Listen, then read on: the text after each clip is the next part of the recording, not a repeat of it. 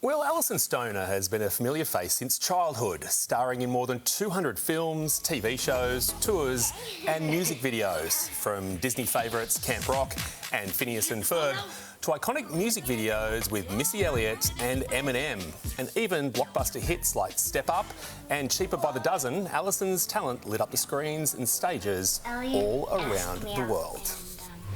No grounding. No allowance stockage. No boring spiel about the difference between right and wrong. And you have no problem with the methods that I choose. Hey! Your contract, do with it what you will. Agreed?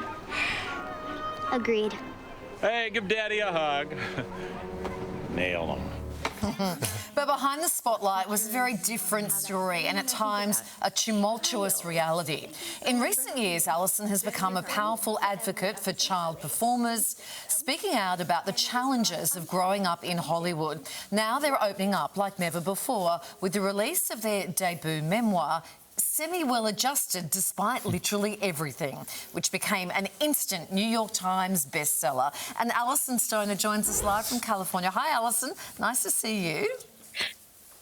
It's so nice to see you, and I have to say that's the first time I've seen a clip of Cheaper by the Dozen in 20 years, so wow. Thank you for the memories. Oh, it was a beautiful walk back through your career. You have worked with everyone, Channing Tatum, Hilary Duff, Steve Martin, we just saw him there.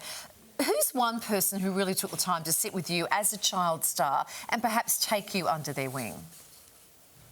I must say Bonnie Hunt, who played the mother in Cheaper by the Dozen. In fact, our heart-to-heart scene together, I believe in Cheaper by the Dozen too, ultimately was improvised. And she said, if you trust me as an artist and as someone who cares about you, I think we can attune to each other, just as she did with each of us kids, and we can create something beautiful. And I hold that in a special place in my heart. Yeah, I can imagine. Now we have to talk about the massive Disney hit Camp Rock. Is it true you were originally supposed to be the lead there?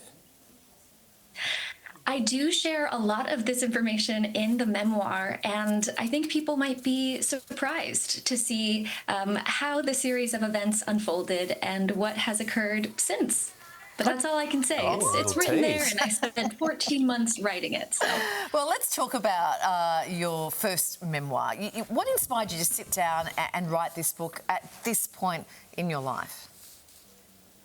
Well, if you've noticed, there's this century-old narrative around child performers who end up having similar downward spirals at some point, but audiences only ever see 5% of it, usually the glittery facade and then the ultimate crash. But now that we're in this increasingly digital and interconnected world with social media and anyone with a Wi-Fi connection, actually the funnel has widened. Experiences that were once reserved for entertainers are now being experienced by anyone who's online. Things like navigating parasocial relationships, or issues with digital privacy and safety, or perhaps mental health challenges related to tech use or overuse. And then, of course, whether you're the person on camera or the person at home watching, media plays such a significant role in distributing these cultural myths that shape all of us. So I wanted to unpack all of it, and now that I'm a mental health practitioner, I also wanted to provide some ideas and solutions as to how we can intervene, protect young people, but also all of us as we navigate life in 2025. I'm sure, and I think something that really shocked me was something you talk about in the memoir, where the painful discovery that you, despite working since the age of 7, you woke up to find your bank account had $0 in it. Tell us about that and what it was like, I guess, processing that realisation both emotionally and financially. Sure. Well, it was certainly accompanied by shock and initially denial. And here's where we'll have to hold multiple truths at once, because while I was experiencing these exciting highs and beautiful moments on set, I was also working 80 hours a week. I was navigating things like kidnapping plots and stalkers as a teen. I was missing school and formative years of education. I had corporations who owned my name and likeness and dictated my behavior. And for many of us, we experienced financial exploitation and other kinds of harm as a result, but it's usually swept under the rug until we come forward. And I don't know about you, but I don't need to have another tell-all like this in the future. So I'm hoping that my book can actually be the last of its kind that ever has to be written. Because you would like to sort of rewrite the rules somewhat to how Hollywood treats young actors and actresses, and so you think you want this to be more a beacon for some industry reform, right? There are absolutely calls to action, and if you make it through the mess of childhood, you'll also notice there are some questions for reflection for everyone. And I'm now a mental health coordinator for productions, so I'm able to assist film, TV, stage productions, as well as audiences at home with telling stories in compelling but also ethical ways, along with establishing safer protocols for working with minors on set. And additionally, we have to think about policy and legislation. Child actors at the moment, at least in the States, are currently exempt from the protections of other child labor laws. Sure. So there's a lot for us that we can do, and I truly believe that once we know better, many of us want to immediately do better. And I'm already seeing signs of progress, so I'm feeling hopeful. But it's certainly worth seeing what's happened in the last 25 years and where we are today in the memoir. Yeah, absolutely, Alison. Such an important conversation, so good on you for having that.